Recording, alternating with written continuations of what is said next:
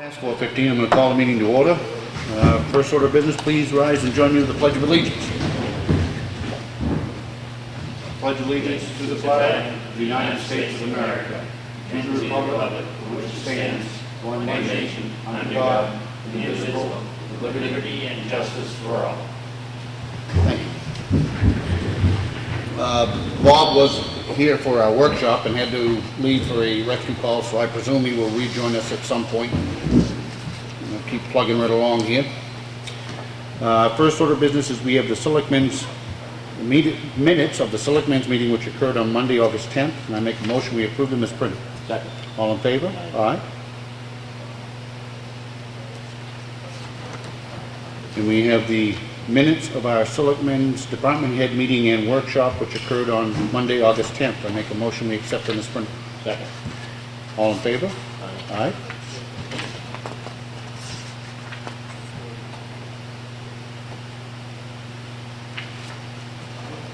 We have the check voucher totals for payroll for week ending 8/15 is $41,256.66. Accounts payable for week ending 8/8 is $366,371.19 for a total disbursed last week of $407,627.85. I make a motion to sign. Second. All in favor? These are the batch totals, and the most notable thing in the very high accounts payable of the $366,000, $312,000 of that was for the road paving that we just completed. So that's why that figure is abnormally high. What was the road paving custom? Is that separate? No, that was of the $366,000, $312,000 of that was for the road paving. So that's why that particular line is so much higher this week than normal. Yep.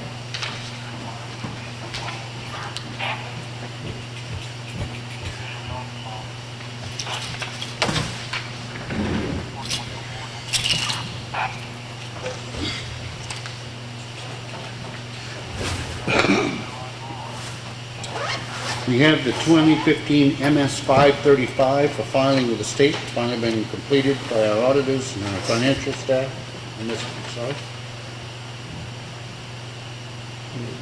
And I make a motion that we sign it. Second it. All in favor? Aye. Aye.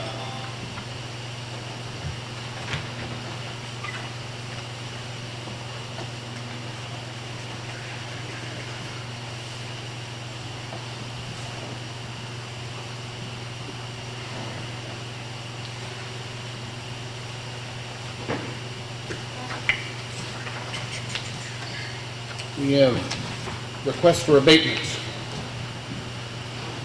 First is the Christopher Gumas Realty Trust, 1600 Route 16.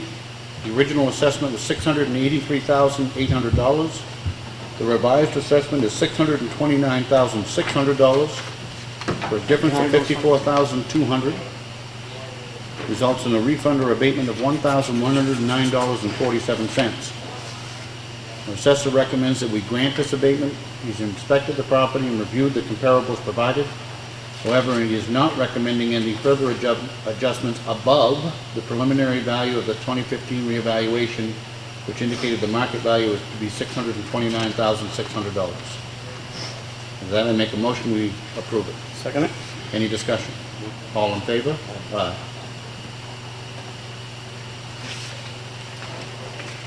We have a request for abatement. The original assessment was $65,500. The revised assessment is $68,000 even, for a difference of plus $2,500.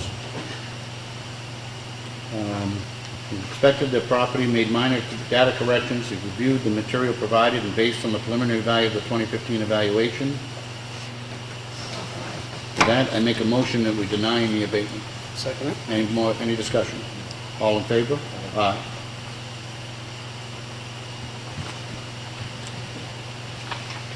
We have a request for abatement from the Laconia Savings Bank, 300 Route 16B. The original assessment was $641,000. The revised assessment is $483,100 for a difference of $157,900. It results in a refund or abatement of $3,074.31. Our assessor recommends we grant this. He's inspected the property, made minor changes to the sketch. reviewed the comparables provided. This is after an appeal. No further adjustments above the corrections without more information are warranted. Based on the preliminary value of the 2015 reevaluation, the indicated market value is $483,100. With that, I make a motion we approve it. Second it? Any discussion? All in favor? Aye. We have a timber tax warrant. We have our tax collector collect $115.35. I make a motion we sign it. Second it? Any discussion? All in favor? Aye. We have the Highway Department work log, which is here for anybody to look at if they'd like. Copy of a check we received from Northeast Recovery for $216.57 in recyclables.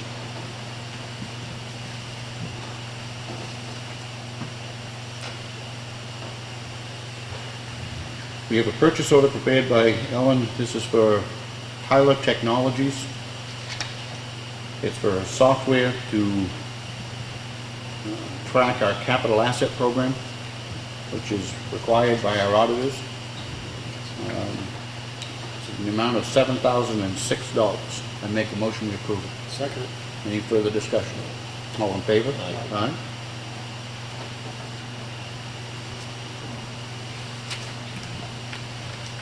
We have a copy of a check here from Casella Waste Systems for the corrugated cardboard recycling. We received $2,021.56. The last item in the red folder is the actual permit to bait wildlife submitted by Glenn Horn, one that we had previously approved, and we had yet to sign the actual permit. I attended the Conservation Commission meeting on Wednesday night, had a chance to also meet with the, to refresh my name, your name for the, from the fish hatchery, and they indicated that there might be some, did you come up with a position on the? Yeah, we did, and Okay. I think as a whole, we're against it. Okay, Yeah, and yeah, I guess that's how it is, and the confusion was just, I didn't know we had a choice. okay. Well, you per se don't have a choice, but I wanted it clear, because it had been indicated to us by the gentleman that applied for the permit that you folks were okay with it. Yeah. Now, while you don't necessarily have a say in it, I also believe very much in neighbors being good neighbors. And if it's something that you object to, then I'm convinced that this board would take that into consideration. Yeah. So that was why when I was kind of surprised, quite frankly, when I was then told by a member of the Conservation Commission that you folks weren't in favor of it, which was different than what we had been told by the applicant. So that was where the confusion came in. Mm-hmm. Yeah, it just doesn't coincide with what is going on between us and the conservation and the whole land. What are your concerns about the bear baiting? Yeah, I mean, generally it's a guided and baiting, and I mean, we do have a facility on the other side over there With fish? with fish. Okay. Yeah. And your concern is that it's going to attract more bears, or? More bears, more people. Okay. You know, I mean, the less people that know about fish over there. That know about fish over where? On the other side of the Okay. road. You are utilizing the property across the street? Oh, see, I didn't know that. Yeah, Okay. All right. I think the other thing was that once the food is there, bait's there, bears have a good memory. Mhm. And even if it's not there, they may be coming back. Yeah, and not necessarily fish. I mean, we have bees, we have dogs Mhm. as well. And when I spoke with them for a newspaper article recently, they were very expressive about the spirit of the land in the first place was set up as a wildlife refuge. That we told people who got the grant for it. And in fact, there's a plaque there in dedication. That's news. That again is news to me. I mean, I thought it was just simply land with a conservation easement on it. There's quite a story behind how it came together. Is it your position, Ron, that that's a wildlife refuge? That's actually, I believe, I got a message from Society for Protection of New Hampshire Forests, and I haven't had a chance to get back to the person. They're the easement holders, Yep. on the property. And they were getting back to me on that, but I haven't clarified what they were saying. I guess I have a renewed, I didn't have a concern the last time at all. I don't have an issue with baiting bears or on an ethical standpoint or otherwise. I do have a concern. I did not, because this permit is for across the road from the fish hatchery. I did not realize that those folks were using the old tanks across the road from the fish hatchery. That's news to me. With that in mind, I make a motion that we reconsider the issuance of a permit. Second. And for purposes of discussion, my concern is that if he has fish in the old tanks across the road, then I don't think it's wise to bring bears into a proximity to that. I don't have an issue with bear hunting. I don't have an issue with baiting bears, because to me it's no different than if you stake out a good berry patch. It's one of the fundamentals of hunting. I'm going to make a motion that we've already reconsidered. I'm going to make a motion we deny the permit for the location that he requested across from the fish hatchery. Second. Any discussion? All in favor? Aye. Ellen, if you will reach out to Glenn, you can certainly have him contact me if you would like. We have a lot of town land. If there are alternate sites that he may be interested in and wants to present those to the board, then I'm certainly willing to look at it, and I'm sure the other board members are as well. But that particular site's not going to work.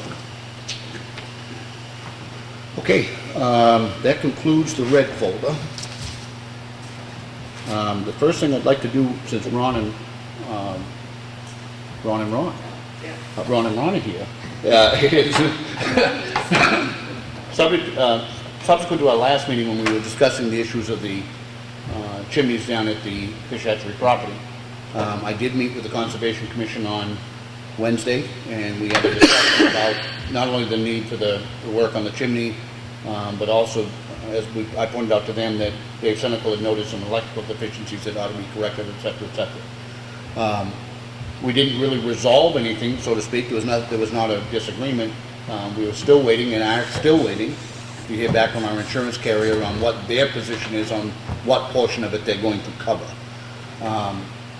Past that, my concern from last week is just as much a concern to me this week, is that they are continuing to use that furnace because it is what supplies their hot water. I realize they have a CO2 detector, but that is a town-owned building which has what I consider to be a serious safety deficiency that needs to be addressed immediately.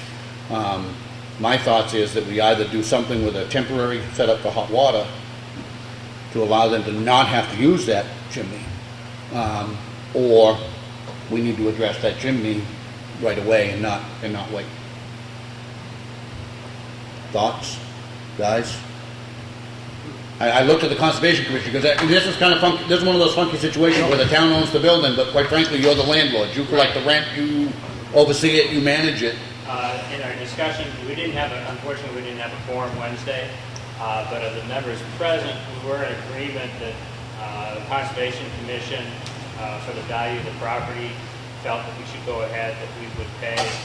We need either one chimney with 2 flues, however it works out with the insurance, that if you're tearing down the old chimney and building a new one in that spot, that it be built with 2 flues, or putting in a second chimney, or, if the insurance company wants to just pay for a liner in that chimney, that's fine, and we'll pay for the second chimney. I guess my thoughts are this, and you tell me if I'm way out of line. I would like to see you folks, as what I consider to be the landlord and the stewards of that property, to just do what it is you need to do. My suggestion is that at some point the finances will shake themselves out. We have a $1,000 deductible on our insurance. We don't even know what the claim is going to add up to yet.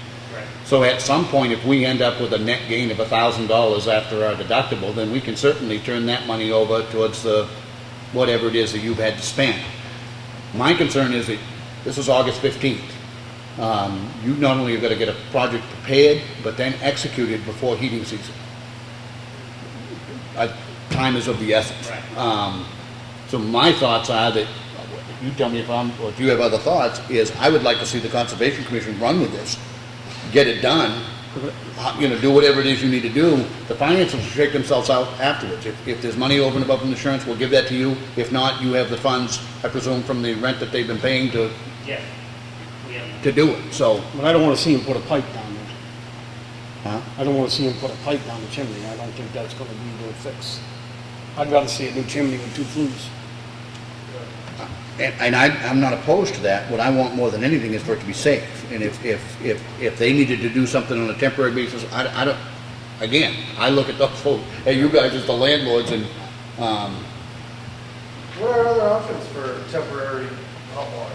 well, you could put in a 30-gallon electric hot water heater that doesn't have the venting issues. I mean, I'm just really concerned, especially when I saw your wife is pregnant. That, I just, the fact that it was not safe is not safe. Yeah. Every time that furnace runs, that Yeah, we'll just cover. it shouldn't be. Yeah. Is there any way we can get right on this, Ron, and get this going? I guess legally, I'd have to call a meeting for next week to vote, since we haven't voted, Okay. to expend any money, I believe. Can't. Yeah. just I mean, go in the ahead. meantime, can you get somebody there on it, or? Well, you already had Jay there that did the estimates for putting in. He gave us 3 estimates. The putting in the liner, actually fixing the top of the old chimney, putting in the 6-inch stainless steel liner, or putting in a second separate chimney, or putting in a metal vestas chimney. We don't have an estimate for a brand new 2-flue chimney.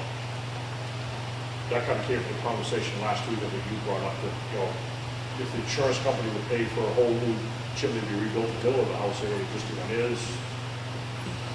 I find that that there's a virtual pipe dream. I can't imagine that they're gonna approve that. I would agree with you on that. Can we reach back to the insurance company and try to get an answer, get it, and Ron can set up a meeting to get an answer from his people, which way they're gonna go, and to try to expedite this and keep us right up on it. I agree, if you can get a new cement chimney put in there, that would be my preference. Yeah. I don't care so much for metal vessels. How And it's more extensive, expensive. Metal, I'm sorry. how extensive was that damage on the old chimney? It was pretty good, I guess. Adam said it was pretty good. I'm just guessing, if that chimney was damaged beyond repair, wouldn't the insurance company consider replacing? We need that answer. We need that answer at some point, but I don't want to wait another month for the insurance company to answer, because by the time you get to there, and then you start even going through a process of building, collecting it, it's going to get cold. This is the middle of August. We're going to blink and it's going to be October. Having that answer from the insurance company will help make these decisions that we like. It shouldn't though, because to be honest with you, if it's the position of your landlords, which again, I keep pointing back to the Conservation Commission, is that they want to put in a double chimney, put in a new chimney with a double flue, then you can do that regardless of whether you put it where it was or where you want it, or a new location. I don't think that they're mutual. I don't think we have to wait until the insurance company decides what they're going to do. Albeit, I'm not against certainly trying to speed them up, but that's. You can get that answer, Ron, next week, if you call a meeting, find out just what the Yeah. commission wants to do. And, hopefully if they want to go with a double flue, then you can proceed with that. I know what Rick is saying, you're going to get the money eventually, Right. but you're going to spend some money in the meanwhile too. Can we get an estimate from Jay for a double flue chimney anyway? I can work with you, help you out with that information. Okay. And I'm also, back to the electrical thing. I mean, if there are, in fact, electrical deficiencies which are again a safety issue, then Okay, I already got on the electrical to get an estimate on that from that.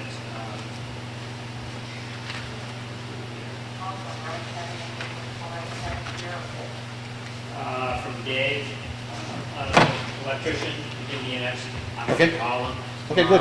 We're good. an estimate on what the work is involved, and then once we have an estimate of knowing how much is involved, a rough price, so we can try and work that into our meeting next week too. Okay, good. Sounds good. Anything else for you with us on that? Is that, No? okay? And we're willing to work with you in any way we can. We just, You guys will work with the insurance company? yeah, Okay. so we'll You keep, have the policy. yes, We correct. filed the claim, we were just waiting on the Right. quotes to come through and then to determine what they're going to cover. All right. All right, that, any other old business? Frank? No. Bob? No, I don't. The only other thing I want to bring up under old business is obviously, in Frank Lord's here, I see, zoning board meeting regarding the proposal by Ash Fishbein to hold concerts at Covered Bridge Road, 3 Covered Bridge Road. I did not attend the meeting, and that was on purpose. I felt that it was a completely separate from my responsibilities here, and that it should stay separate, but I believe I'm correct in the assessment that in the end, the zoning board decided not to decide. Granted an appeal back to the selectmen. Huh? They granted them an appeal back to the selectmen. Well, that's where the language becomes funky, because Ash Fishbein was never appealing our decision to the zoning board, So we did, which, but the zoning board doesn't hear the appeals of the board of selectmen. We denied it in part because we believed that under our zoning ordinance, it required a variance. He then applied to the zoning board for a variance. they didn't apply for a variance. No. They applied for an administrative decision to reverse powers of, No, it don't work that way. that's what they did. That's what they did. Well, it doesn't work that way. The zoning board is not an appeal for the Board of Selectmen. So I'm completely confused about the process, but as it stands right now, we have denied the permit under our outdoor event ordinance for them to proceed 3 Covered Bridge Road, correct? Correct. And there's been no change in that denial. Nope. Okay.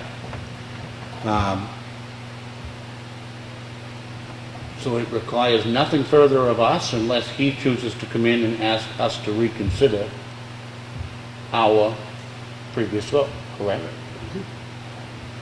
Okay. I am in receipt, and I apologize, but I am in receipt of a petition that was supplied to me by Frank Lord, as chairman, from all of the residents up there continuing to be opposed to any of the concerts being there. And I apologize because it's on the dash of my truck, and my wife had to take my truck to take one of my daughters to the doctor, so I don't have it physically with me, but I do have it in my possession, and I will certainly bring it in.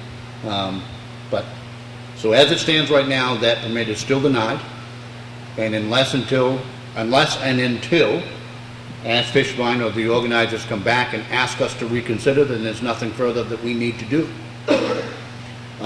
If they do choose to come back and ask us to reconsider, then I think we ought to, if that happens, I believe that we ought to schedule it for a meeting and make sure that all of the folks who have been opposed to it have an opportunity to be here for that meeting and be heard. Public hearing. Quick question, has it been presented to Sanger? Excuse me? Has it been sent to Sanger? I sent him a copy. It has, and I can actually read to you, I have no problem doing that, a response that we got from Attorney Sager. Attorney Sager says, "I do not think it is appropriate to use an outdoor events ordinance for more than an occasional quote-unquote event. My opinion is that the application needs to be in the form of a site plan review," and this is in parentheses, "assuming, of course, Dave Seneca's interpretation of amusement facility does indeed include the proposed use. If the proposed use is a series of concerts, then I am not convinced that they fall under the definition of an amusement facility, because an amusement facility is defined as requiring patrons to be active participants rather than spectators. I generally think of myself as a spectator at a concert, but again, I don't know exactly what it is included in the proposal. So if indeed the proposal for proposed use is an amusement facility and thus permitted in the village district, I think Mr. Fishbein should be applying for site plan review. Again, I think the 30 plus or minus concerts is a use, in parentheses, and not an event. I believe the recent ZBA decision likely sets the precedent that amusement facility includes the proposal by Mr. Fishbein, as the ZBA rejected the selectmen's decision that a variance was required. If I were a selectman knowing what I know about this situation, which isn't everything, I would refuse to grant the outdoor event application stating that he is seeking permission for a use and not an event. I would then send him to the planning board for site plan review. I also have to say that I don't fully understand the ZBA's decision, probably because I didn't see the application. In a nutshell. So at this point, it requires no further action on our part unless Mr. Fishbein comes back and asks us to reconsider our earlier vote. If he does that, then we're committed that we will then set probably the following Monday and make sure that all of the abutters are notified so that they have an opportunity to be here. Okay? Anything else on that subject? All right. New business. Anything, Fred? No, I don't. Well, No, I don't. public input. The ZBA still has to rule on this, right? We denied the permit. Right. I can tell you in part, my vote in part was based on the fact that I believe it was not permitted by our zoning. As Fishbein went to the zoning board of adjustment, to the zoning board, and my understanding is by a 3-2 margin, they decided that a variance wasn't necessary. I don't get that, I don't understand it, but it is their decision to be made. So at this point, there is no variance pending, but our denial of the permit still stands. And if he chooses again to ask us to reconsider that based on new information or what the zoning board did or didn't do, then it's in his court to do so. So it's come back into your court and it's got nothing to do with the ZBA anymore. Yeah, it gets into an issue of terminology, and when they were talking about appealing the selectmen's decision, you can appeal the selectmen's decision, I think, directly to a court, but you can't appeal the selectmen's decision to the ZBA. It kind of reverses the roles a little bit. So, anyway. So you have a precedent here too, with what happened in Brookfield a couple of years ago when they tried to have the concerts there at Tumbledown Farm. Mm-hmm. So that might be something. And I guess the biggest confusion is what governs the temporary event ordinance, Right. and what is its purpose? The town attorney seems to somewhat agree.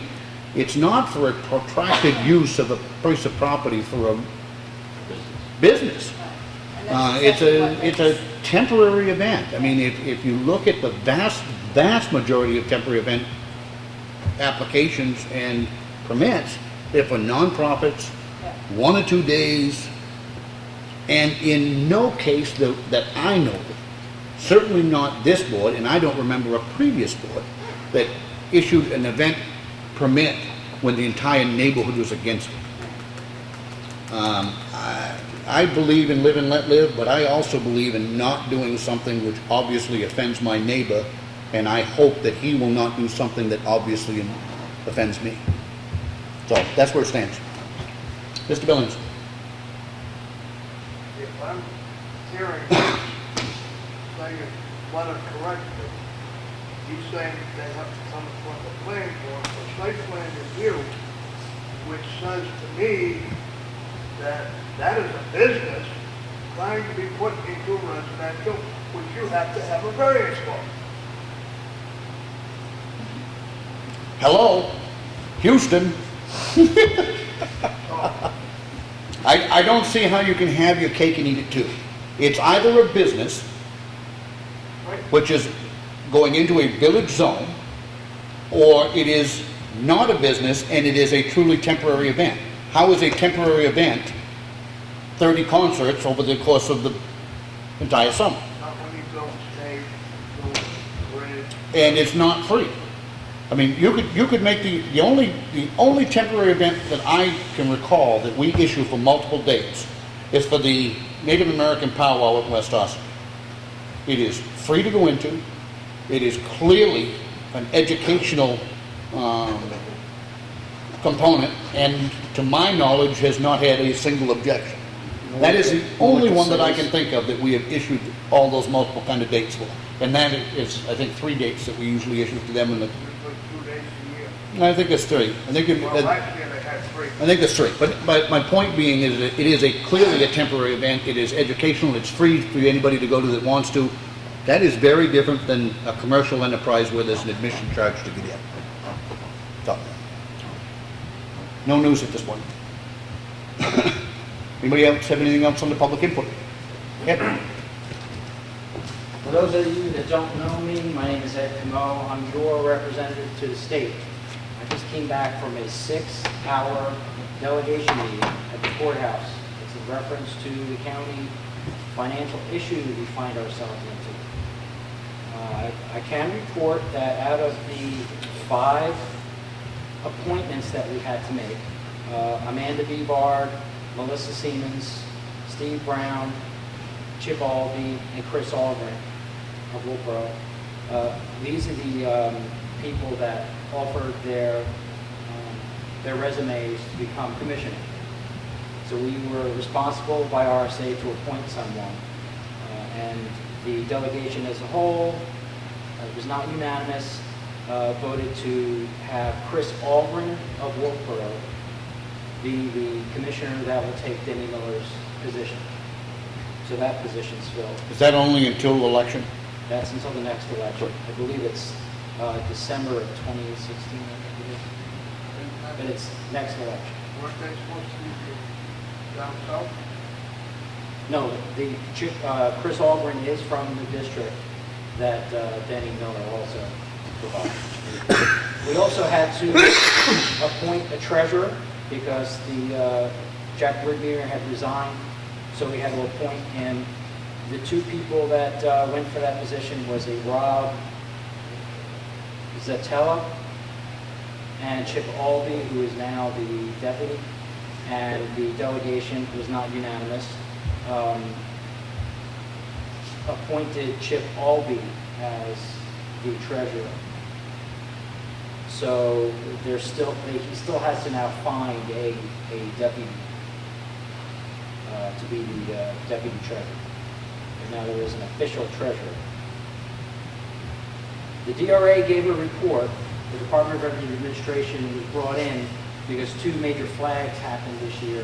The first one was that the towns did not get their tax rate set as they should have. It took a very long time to do it, and that delay was the first flag.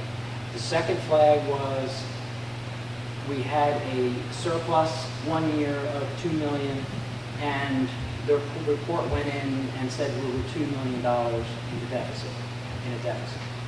Well, that sent the DRA to a tailspin, and they sent some of their representatives down to do an evaluation of how to get that tax rate to the state.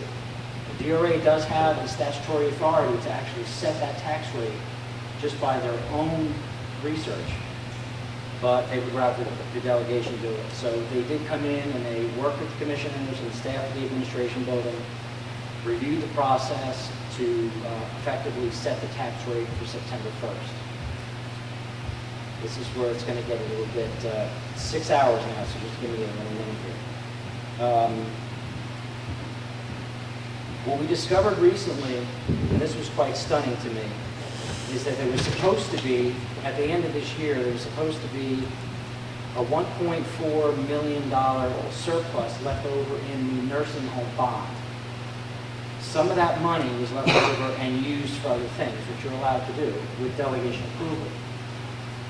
When DRA and the delegation and commissioners looked a little bit further, we found that the surplus that was there no longer exists.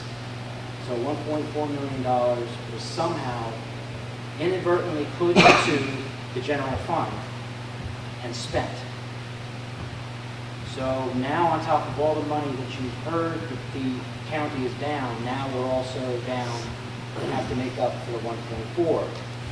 Now all these numbers keep changing. I don't know if you've noticed that. So that's why do not take my numbers to be exact, because I have no confidence that I have all the information correct, because the numbers keep changing. This is why I keep asking for a forensic audit, and I don't know how we're not going to be able to have one, because we have to know how we got here, we have to know where that money went, because statutorily, you cannot do that with bond money. The bond money with the bank is supposed to be put in, and we have a memo to prove it. The commissioners were sent a memo that $1.4 million is supposed to be in a separate account, and if it is spent, it can only be spent by delegation approval, and it's supposed to be accounted for. It didn't happen. What the delegation did today, I believe it was 12-2, we offered a motion of no confidence in the commissioners.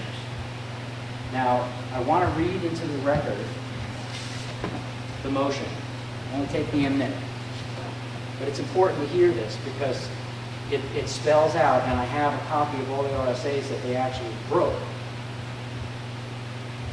And what upsets me is there's always two different standards around.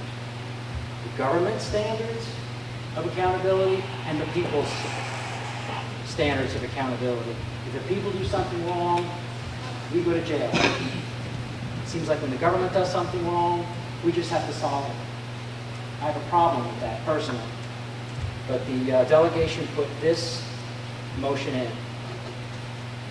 Whereas the commissioners allowed the county departments to exceed line item appropriations over 150 times in 2014 without delegation authorization in violation of RSA 2415. And whereas the commissioners have not accurately reported the nursing home bad debt that has been accumulating for the last 7 years, and whereas the commissioners in March of 2015 refused to answer delegation member questions about authorization of borrowing to cover the 2014 deficit, and whereas the commissioners failed to acquire county delegation appropriation for borrowing in January of 2015 to cover the 2014 deficit in violation of RSA 2415 and possibly additional statutes. And whereas the commissioners placed excessive bond funds from the new nursing home construction project in a general fund account despite instructions from the bank in August of 2010 that they should be in a separate nursing home account, and those funds cannot be now accounted for in violation of 33:3A and 2415.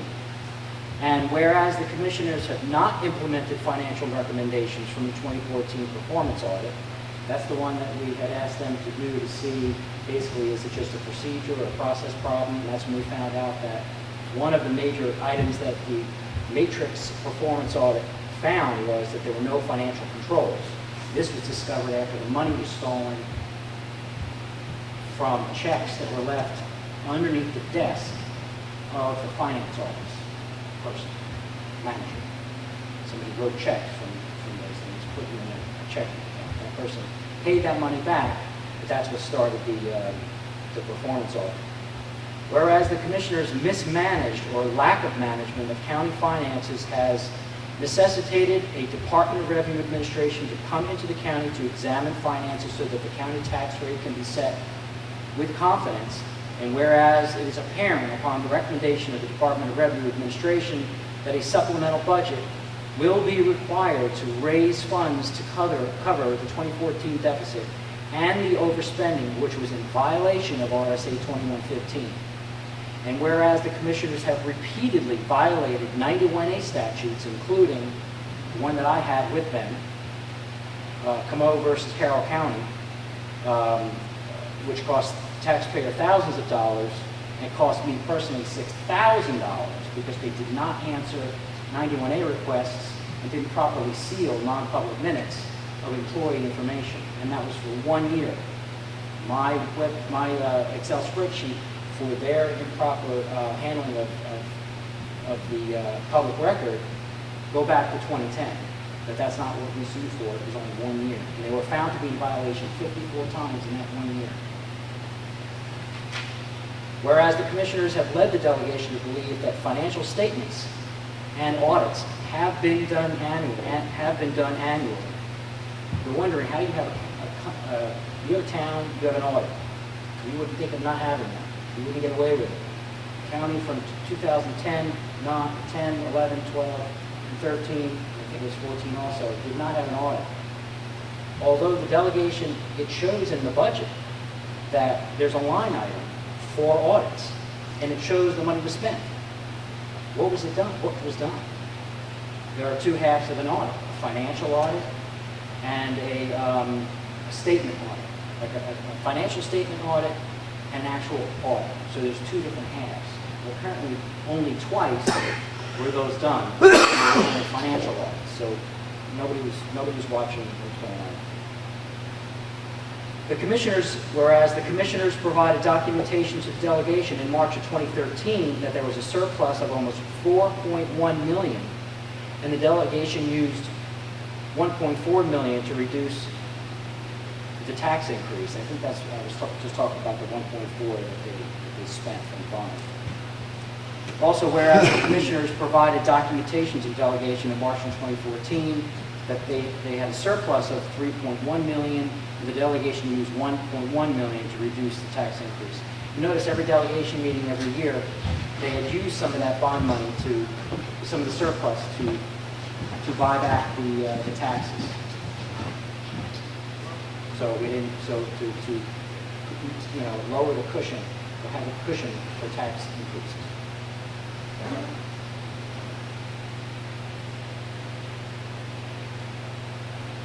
Whereas the commissioners claimed that it was not their responsibility to manage or monitor the county budget after discovery of the 2014 deficit in probable violation of RSA 643(1) by knowingly refraining from performing a duty imposed by him by law or clearly inherent in the nature of his office.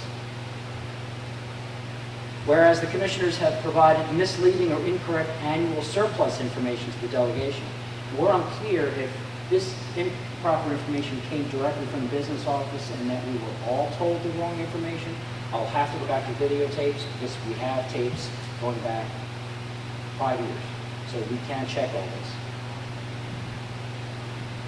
The commissioners cannot account for prior year claimed annual surpluses in apparent violation of RSA 2415.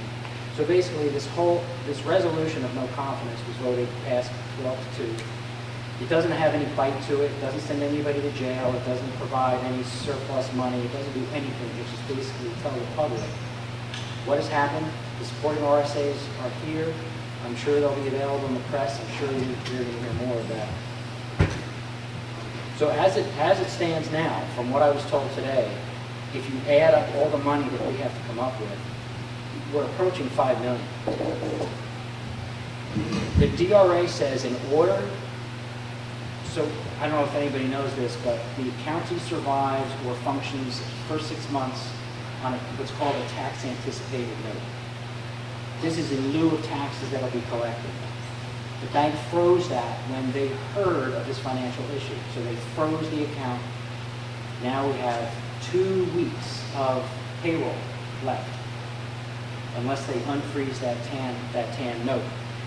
The DRA talked to the bank. The administrator of the county talked to the bank. The bank said, we will release it if you give us assurances that you're going to be able to cover the money that you have borrowed. And they want us to come up with a resolution of $2.4 million. Today, what the delegation did is, you can't just appropriate that much money. You have to have a public hearing. So what we did today as a delegation is we agreed to have a public hearing to talk about this 2.4. To basically show the bank we're working on the problem, that we would like you to release that money so we can at least, with delegation approval, keep the county functioning, payroll going out, doing its normal duties while we figure this out. Now, all of this seems very overwhelming, but this is all actually good because With any recovery, you have to admit you have a problem. And it took 5 years to not only have the equation of the people, but also the county and the county delegation to understand that we have a problem here. Maybe a process problem, an oversight problem, it could be a criminal problem, don't know. But we are on our way to fixing this. It's going to take a while, so don't think it's automatically going to be 5 million. That all of a sudden our taxes are going up. And don't think that yet, because there's a lot more work that has to be done. But that's what you folks spent 6 hours on today? Yes. With a day up. So a year later, Yep. that's what they spent 6 hours on today, is a resolution of no confidence in the Board of Well, Commissioners. that was just one. That was one part of it. How long did that take? This took maybe 20 minutes. They're gonna The keep rest of those this was- commissioners in there? It's not about keeping them in there. There's enough fault to go around. But it's been a year, and people are still pointing fingers. Well, no. That's happening a lot less. The resolution, see, this is what I was saying, that the two standards are important to me personally. Yes, we could solve this, but if someone has done something against the law, that has to be noted. And we need There's to plenty have of time to that. investigate that, Ed, but you folks are 2 weeks from not having any money to pay 300 county employees. You are 3.5 weeks away from a deadline that can impact every other town in this county's ability to set its tax rate. You folks have known this for a year. You can point all the fingers at the commissioners you want to, but the fact of the matter is, not that those who weren't on the delegation, but members of the delegation have allowed $150 million of taxpayer money in 5 years to go over the books with no checks and balances. $150 million. Talk about no confidence. It goes well past the Board of Commissioners. It ought to go to every single member on the delegation who made decisions about budgets without an audit, without even seeing an audit or asking to see an audit to make those figures, to make those decisions. Well, this is why I wanted... Bizarre. That's a very... Bizarre. This is why I wanted a timeline. And there's a resistance on both sides to this timeline, because nobody wants to know where it leads. Without a timeline knowing how we got here, we cannot go forward. I don't want to spend any money, authorize any money, until we know... And I get that, but my point is this. You've got 2 weeks before you run out of money. How are you've got a nursing home, you've got a jail, you've got employees, you folks, and I say this collectively, not you individually, have allowed this to go on for months and months and months and months. There's all kinds of times to prosecute somebody if there's wrongdoing. You've got to be able to pay people. You've got to be able to feed the folks at the nursing home. You've got a hell of a lot of expenses coming up very shortly with no money to pay for it. The payroll is going, the TAN note... If they release it. If I'm going to tell you something right now, if after 6 hours that's all you folks produce, I don't think you did anything to bolster the confidence of the bank in New Hampshire. If I was the one making the decision... Well, it may be the fault of my report. Well, that may be, but if I was making the decision, you did not relieve my fears. The no confidence resolution was even more sobering when you realize how many RSAs were skipped over. That was one. But this was only 20 minutes of the day. The rest of it was talking about the DRA report. We had reports from the new county administrator who's been there for 3 weeks. And he uses words like, I'm floored, I can't believe this. So there was a lot more than just this. But it's difficult to parse a 6-hour meeting. Hold on. Now, mind you, you can watch that entire meeting, because MUR was there also. But you think you're going to see the whole meeting on MUR? No, you're going to see a little snippet and that's it. So you'll be able to see the whole meeting. But we tabled a request to increase non-union salaries. It was an issue where the non-union workers wanted their salaries to match the union salaries. My issue was, it's across the board. Many, many months ago, I said, why can't this be a performance-based raise? You know, somebody works, you got 2 people working in the same place. One person doesn't work very well, and the other works very hard. We give them all the same amount of money. So that was tabled. But tabled because there's no money at this moment to pay them. So we don't want to go in that direction.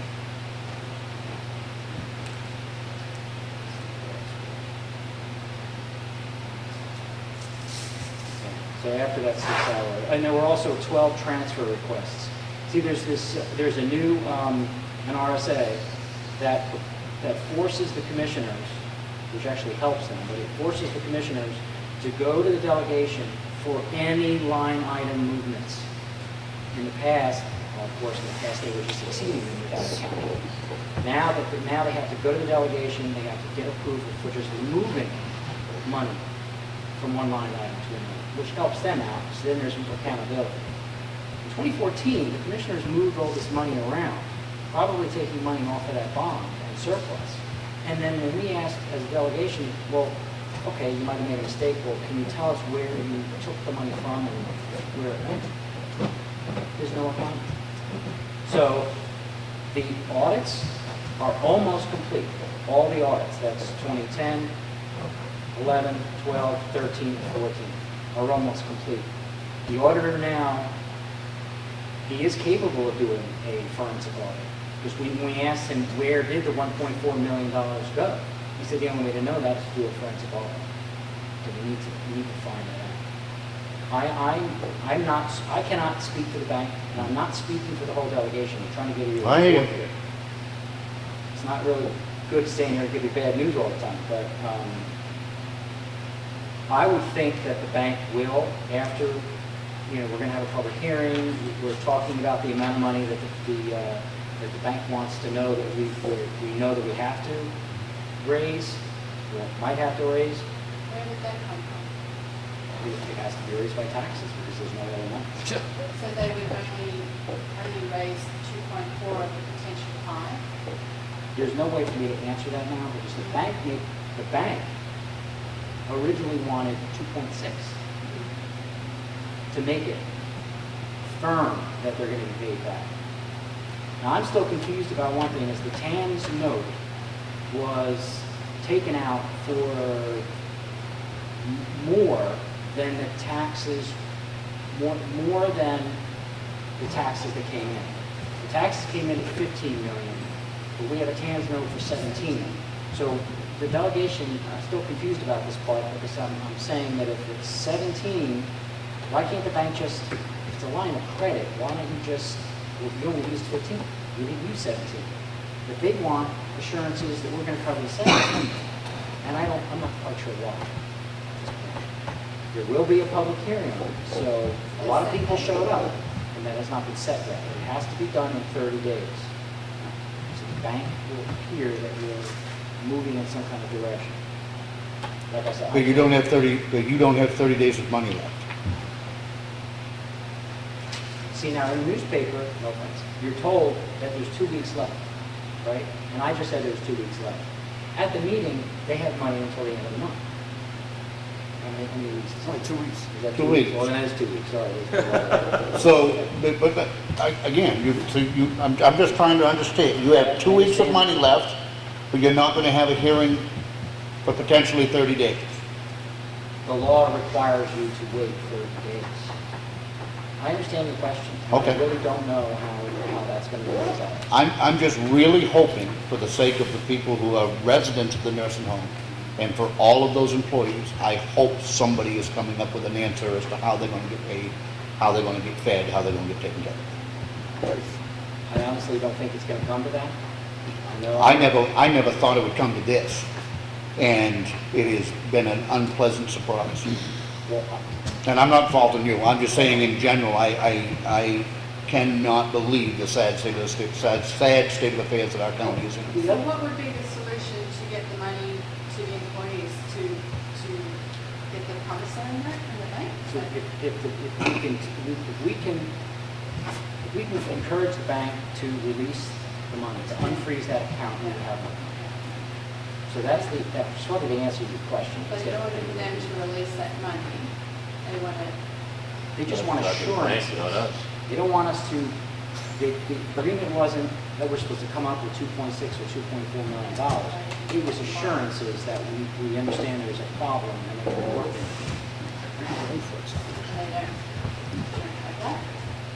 But they don't have assurances. Well, I'm assuming the bank is saying the delegation has met, had this meeting, and came up with that resolution, but that may be enough.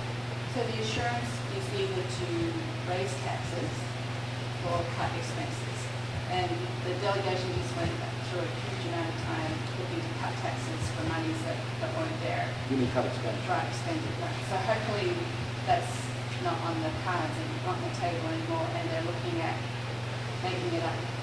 Did the delegation agree that the shortfall in revenue, the only way they can raise it is through taxes? They've given up the idea of cutting back in more expenses? No, we asked the commissioners to come up, since they're responsible for coming up with cuts. They came up with 139,000 called them safe cuts. That's what they came up with. Well, the department. Yes, with the help of the county administrator to safely run county operations now. They came up with 139,000. What is the delegation? I mean, the money's not there to cut. Not to make up $2.5 million. Again-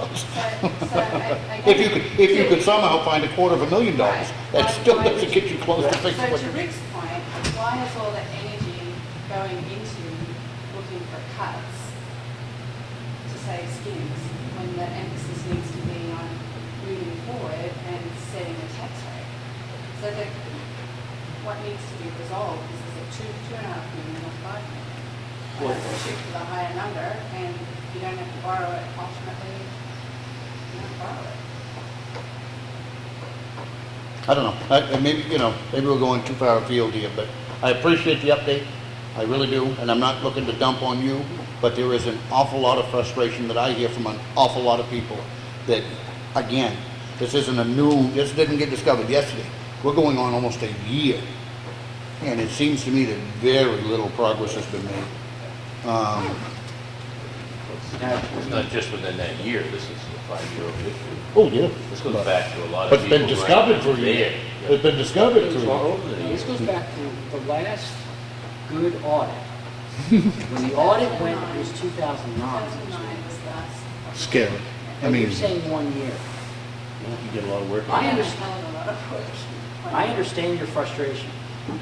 I have been up at that county videotaping every single meeting, every single subcommittee, every single delegation meeting. Do you know how difficult it is to make the government do anything? No, I'm simply It's pointing so out, Ed, difficult. that they knew that there was a serious shortfall in the budget almost a year ago.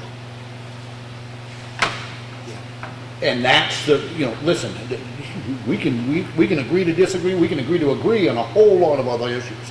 But they have known for almost a year that they had a significant shortfall.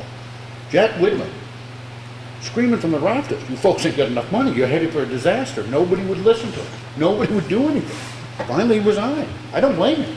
I'd get off the ship too if I knew it was sinking. That don't take a rocket scientist to figure that out. But, Don't you think the delegation also has whew, a lot of problems in this? I mean, you said here you get no confidence in the county commissioners, and I'm not sure I have a lot of confidence in the delegation, but not the ones that were there for 5 years. to and didn't have an me, audit. this is a big problem for everybody, and I think there's too much pointing fingers and not enough getting down to the working part of it and fixing it. I think if you watch the meeting, you will notice that this no confidence resolution was not the whole meeting. So I think it was important to read that because there are statutes here that were violated. And of course, it's the delegation and the commissioners.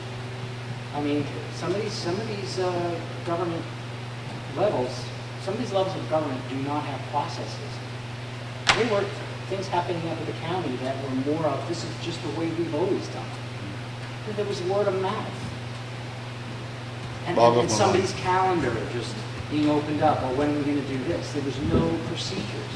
That was one of the reasons why the performance audit was paid for, because we didn't even know how bad it was. And then when they came in and gave us all that report about how much is not being done. I mean, I have to look at my checkbook, and I have to make sure that it's reconciled every month. They waited 9 months, but almost a year. And that was the only way they found the money that was stolen. So, yeah, I can just tell you, Ed, though, that from Ed's point, and I'm going to move on, but we do an audit every year, It is a huge part of our responsibility. We've been involved in the audit, in our auditing process for what, the last 4 months? We're doing the audit, then you get the preliminaries, and you do this, and you go back and forth, and tonight, I mean, we just get back the last of the changes. It is a huge part, and should have been a huge part of the delegation and the commissioners. It's a humongous part of making sure that we're being good stewards of the taxpayers' money. And it boggles my mind that $150 million went across the books with no audit. That's why Crazy. That's why I keep repeating over and over. Crazy. The blame game. Nobody's going to the blame game. But just as a point is, you still have to evaluate how you got there before. And if somebody needs to get if somebody's violated the law, then that should just be part of the investigation. You have to know how you got there. How did $150 million get through everyone? If it did, we need to figure out how that happened, or else it's just going to continue to happen. And I'm not suggesting that anybody did, but does anybody stop to think about the fact that you could literally have had $10 million stolen from this county over the last 5 years and nobody would know? Bring up a very... If that doesn't scare the snot out of somebody, I don't know. I mean, literally, you could be missing $10 million and wouldn't know it. I think there's a whole lot of blame to be shared, but I'm not about that at this point. I'm just hoping they come up with some solutions, because there are a lot of people that depend on them, a lot of families and a lot of residents and otherwise. And and no outside agencies are being cut. I don't know why that was put in by the commissioners. The delegation made it clear today, because everybody in the audience were from outside agencies. They were sure they were going to get cut, and we told them, no, it wasn't one of the intentions to get cut. yeah. Providing you meet the candidate proof. You haven't paid them yet, you get 2 weeks worth of money, and you can stand there and say they're not gonna get cut. I wouldn't like that. And is it possible to ask who offered that resolution? The person that put the resolution in was the Republican caucus, and Lino Avalani put it in, right in. Just my final little note is, this is what happens when you let government do whatever it wants and not watch what it's doing. No one goes up to those meetings. Yes, I know they're on Wednesday morning. Force them to have the meeting on a weekday and go. No one, you talk to people out on the road and you ask them, who are your county commissioners? Those people don't even know that. You could write, and some people don't even read the newspaper. It's very difficult to get, that's half of my problem, is getting people aware and engaged, because 99% of the... That is true, Ed, but you also got to understand that a lot of people look at it, for those who are familiar with it, and say, we not only do we elect commissioners, we elect a delegation. We all have our representatives. Every town in the county has somebody like you who are down there supposed to be looking out for our interests. So, yes, I mean, we would love to have more people come to town meeting. We have 90 people show up out of 4,200. I'd love to have more people participate in the process, but they are relying on those who they have elected to look out for their best interest. And I would submit to you that not only have the commissioners, but the members of the delegation who were there during that time period, they come up a little short. And that's why we have elections, and that's why we are That's a republic, so. not a democracy. Thank you. Anything else to come? Kelly, do we have a need for a non-public? No? Good. Anything else on the public input? Did you guys come up with a date for reviewing the town master plan? We have not. Did it make it onto our list? Can we put it on our list? I thought that was a planning board responsibility. It is. It is theirs to do? All right, can we then just send a note to the planning board and ask them to take a look at updating the master plan? If it starts there, that's a good thing. Something we don't have to start. When I say it's on the list, we actually compiled now a list of things that we've got on our so-called back burner so that it doesn't get too full. So we have a list of things that we've been brought up and in process on. Can you share some of them? Oh, sure. We got a bunch of them on there. This is the town's to-do list when I have time. This is things that are in progress, Yeah. and we actually use it to meet with our department heads as well. Yeah. So different things that they are responsible for. Let me find the list.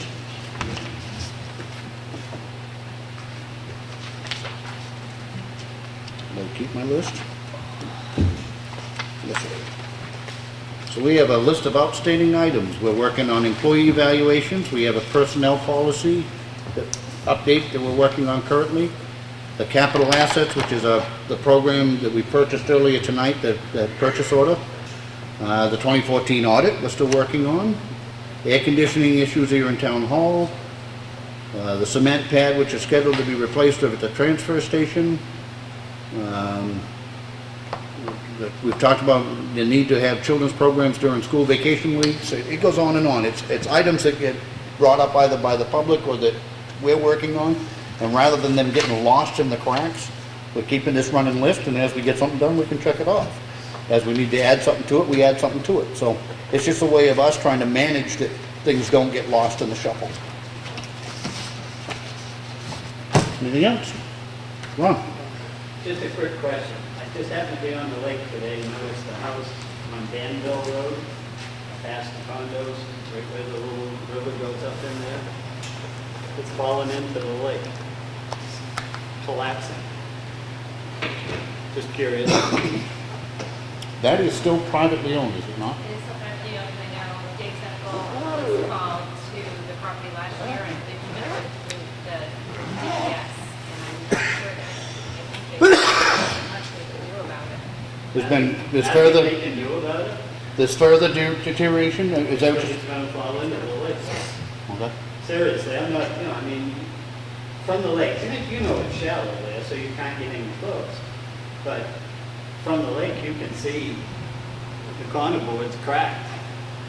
So there's no support of the frame. The sill is gone, the roof is down, and it's probably 6 feet away from the water. Okay. Yeah, can we have Dave look at that again? I will. I did just forward another complaint to him on it 2 weeks ago. Okay. And let's also make it sure that he's reaching out to DES, because it is more their issue than ours. You know, who's going to be on your back pocket is going to be DES. Yeah. So we'll take a look at it again. Anything else? Anything else? Anything else? Ellen? And I would make a motion, we adjourn. Second. All in favor? Aye. Thank you, folks.